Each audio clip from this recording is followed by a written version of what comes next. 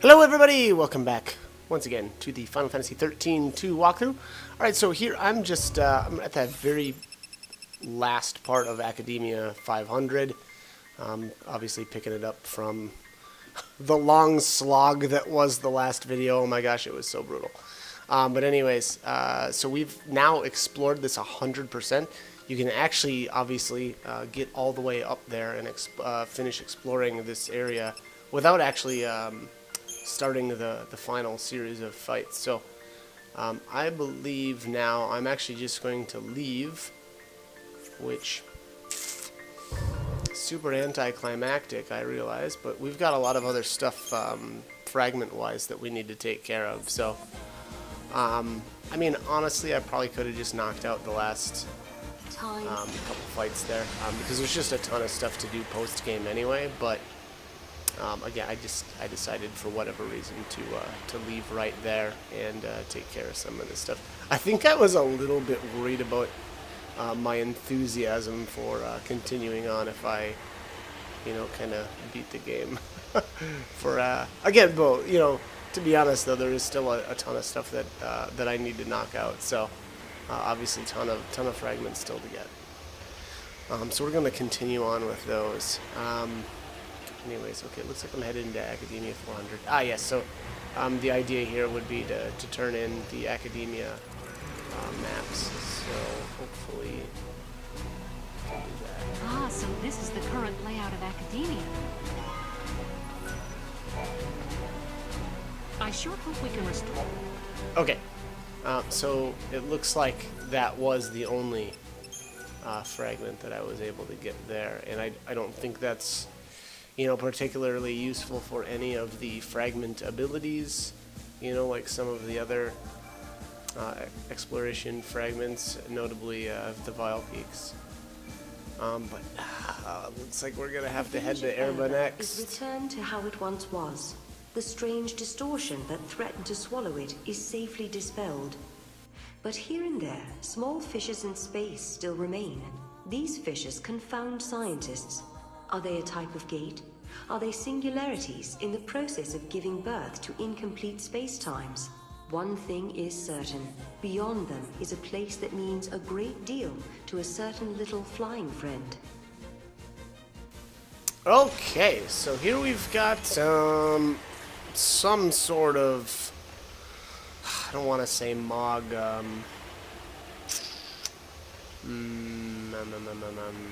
backstory. It's not really backstory. I guess this is just kind of a little explanation of like where Mog came from, I guess? I don't know. Anyways, something here is important to Mog. I guess we'll just leave it at that. Hey Mog, where do you come from? Where's your hometown? Do you have family somewhere? I don't know, Kubao. I've been all by myself since I can remember, Kubao. I see. Well, do you at least know why you were in Valhalla? That's a mystery too, Kubo. I was wandering through the void beyond and I ended up there, Kubo. It was terrible in Valhalla. It was, Kubo. Kubo. But then lightning found me and took me in. So in the end, everything worked out, Kubo. I see. So that's your plan, huh? You go where the wind takes you. I never thought I'd say this, but I'm kind of jealous. Kubo? I'm a Rolling Stone, Kubo.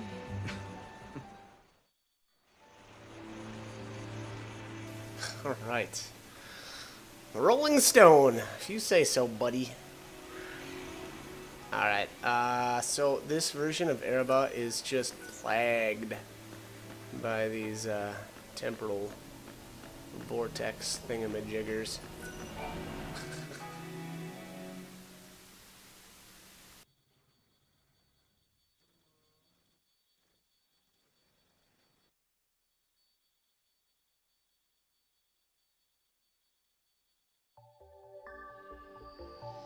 What is this place?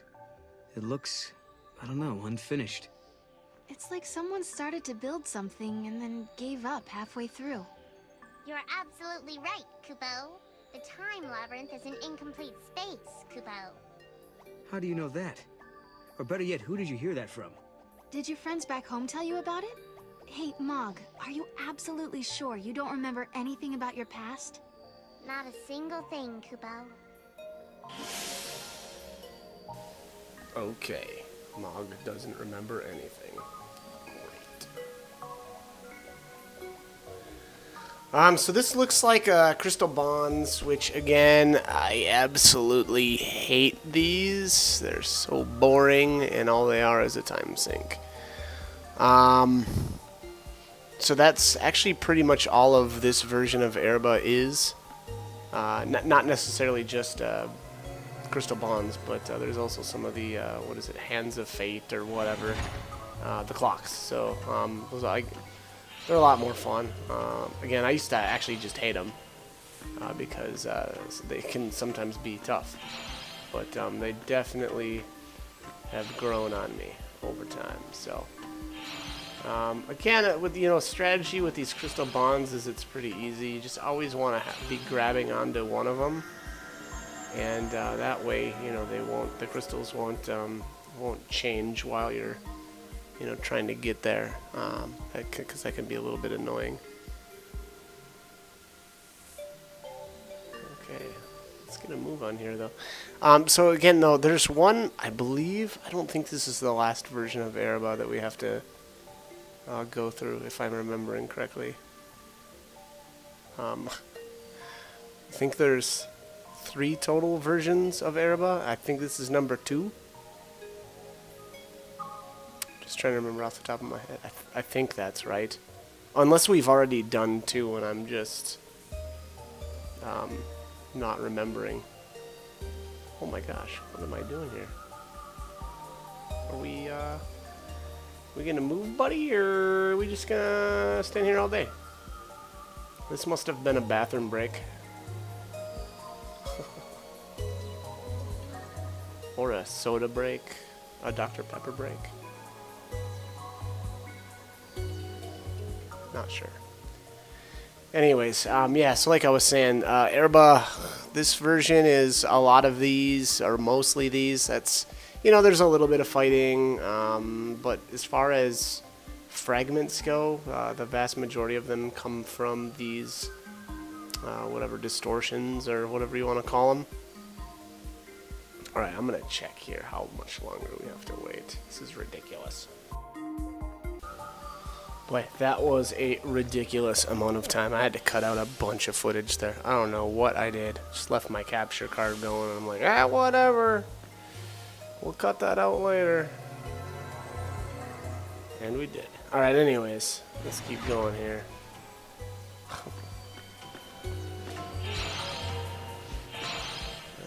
Red to red, down to purple. Nope. A lot of times, if you'll notice there, you can just kind of keep going from like where you stop at to the next one, but every once in a while they throw a monkey wrench in there and you're not able to keep going. I don't know what I'm doing. Stage 2 complete. Alright.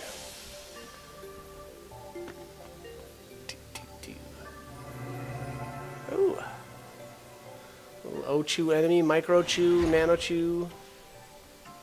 Pick one, anyone? Okay. Yeah, and like these are just, I mean, like I said, it's kind of just to kill the time.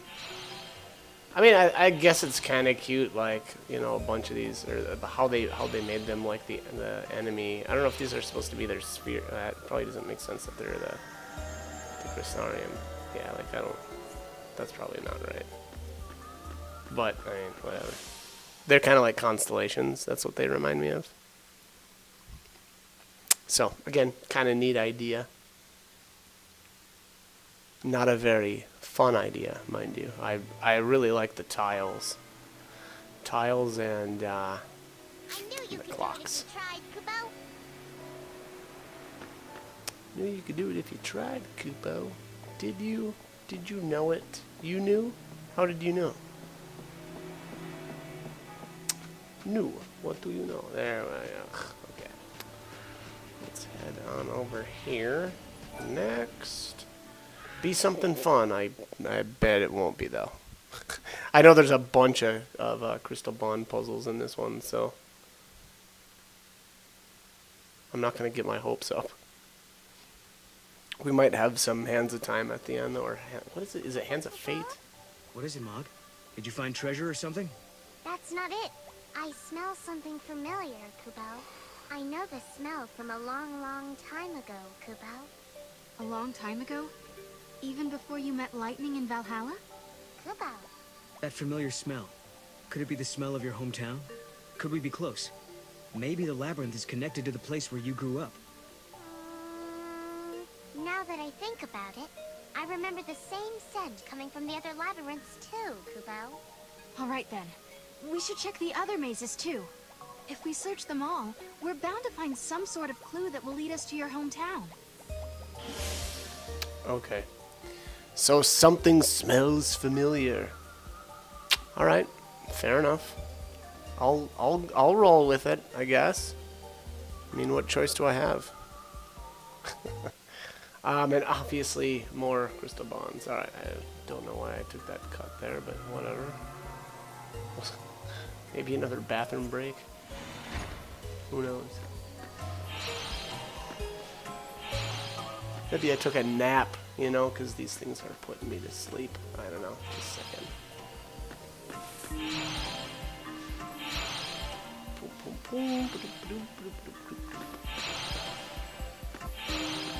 So I'll, while we've got some time here, because nothing terribly interesting is happening, I do want to point out that the Mog from Final Fantasy III on the Super Nintendo, mind you, or better, probably better known as Final Fantasy VI, the Mog from that is way cooler. And this one is super lame. So, just saying.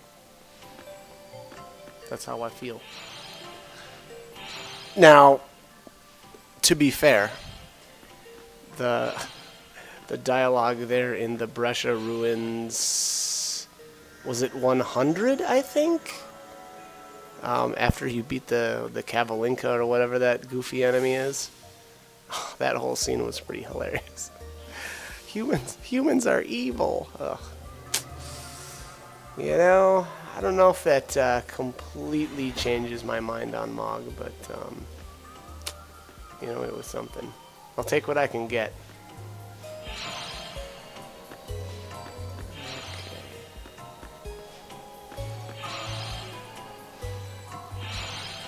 Ouch. Oh yeah. Okay. Oh, get over there. Get over there. Boy, this one's a pain in the butt. There we go. Alright, done. I always try to play a little game with myself too, where after I connect the final line, I always try to see how far I can, or or if I can get closer to the exit. I don't know if I'm, you know, not necessarily because it's like more efficient or anything like that, but it's always kind of funny to see how many like steps Noel will take before it'll say, you know, anomaly resolved or whatever the little message it is there.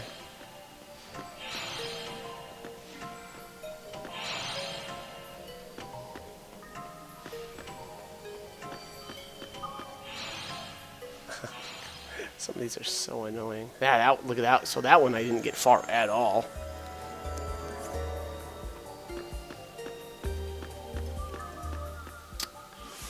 Okay.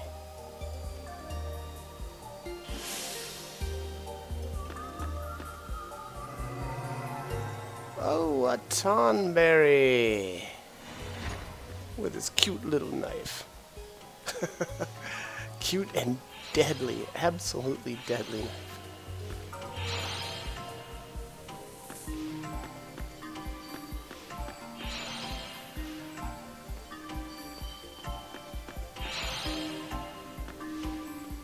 Alright. Well, hopefully this is the last one. I've got my fingers crossed. Keep going, keep going. Look at that. You know, made it pretty far there.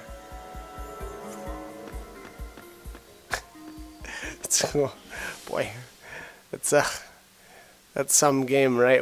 When that's the most exciting thing that happens. Seeing how far I can basically stumble after I've completed the last whatever connection line, whatever. Of the goddess, Kupo. Number 300. What's the will of the goddess? Was it? That was the will of the goddess. Anyways, alright, so definitely around this area for sure, you can obtain the white chocobo, which I do. And I actually ended up using the white chocobo as my medic. Kind of arguable whether or not, I should say. So, personal preference on whether or not you want to go with the green one or the white one. I think they're both really good. I prefer the white one because of its apparently it's got some sort of innate resistances to physical and magic, which I didn't even know until I read up on. So kind of interesting. I'm kind of curious how that was determined too. I mean, I suppose maybe you can just watch him, right? Watch him take damage, and if you notice it's quite a bit different, well, there's some passives that work.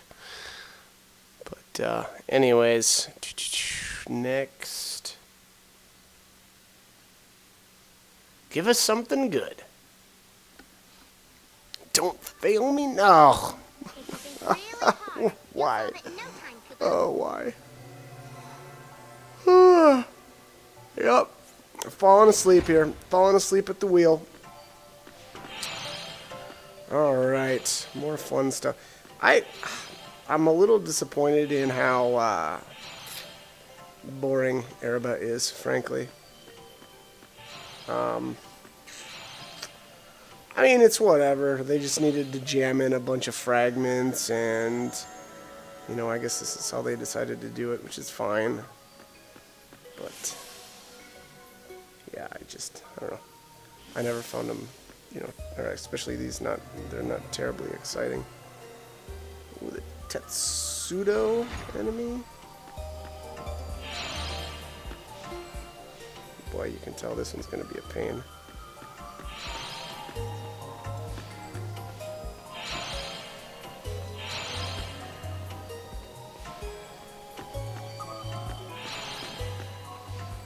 They give you so much time, though.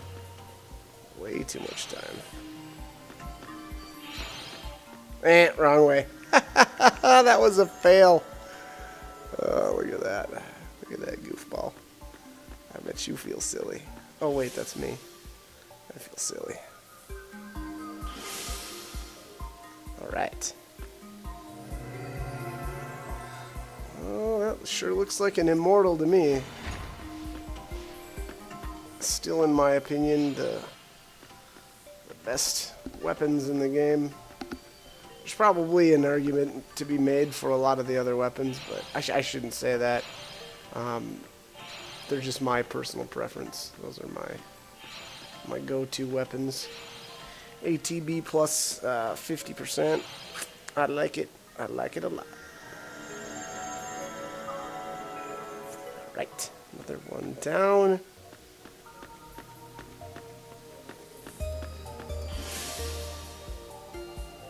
Stage 3 complete. Dreadnought.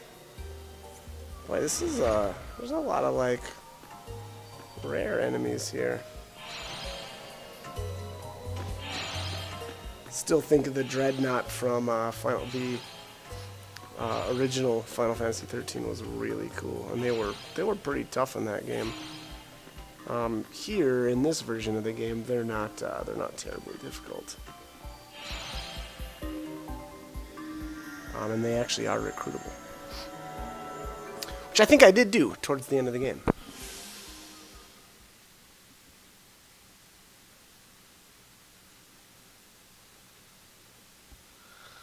Okay, getting there.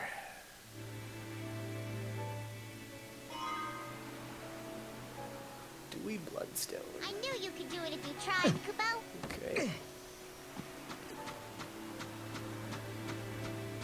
Next.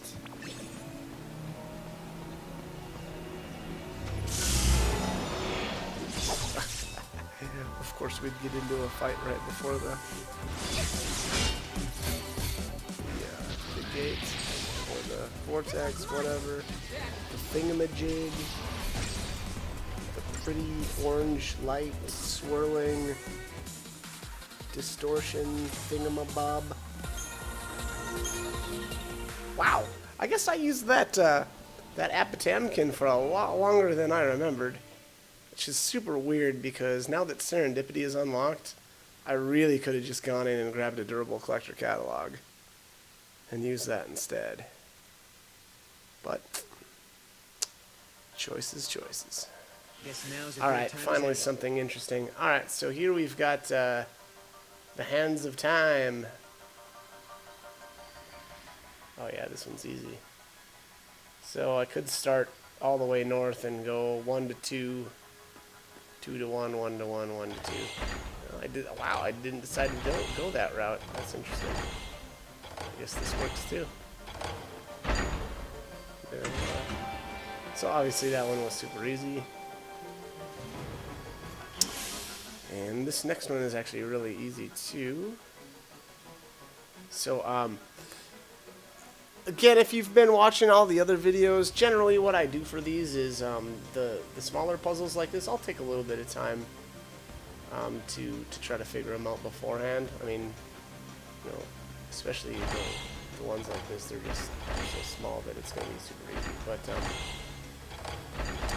that being said, though, the tougher puzzles that are, you know, like really big, I generally actually don't spend a whole lot of time initially trying to solve them, and I'll just kind of start, you know, kind of going like crazy and kind of just randomly choose, and then about halfway through, that's when I'll kind of stop and focus and try to figure out if it's even solvable anymore. You know, a lot of times you just, you know, when you go with that strategy like I do.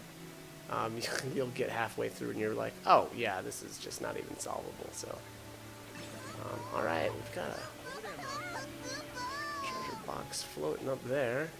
I think this is a gate seal. Flight to gate seal. One of, you know, one of all gate seals that I don't know what gate they actually go to.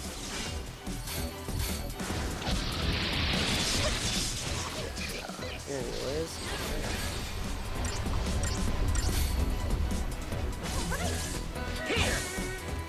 No one's hurt, right? I feel like those were in the original 13. Well, I suppose that can be said for a lot of the enemies in this version, or in this game. What's here? Ah, okay.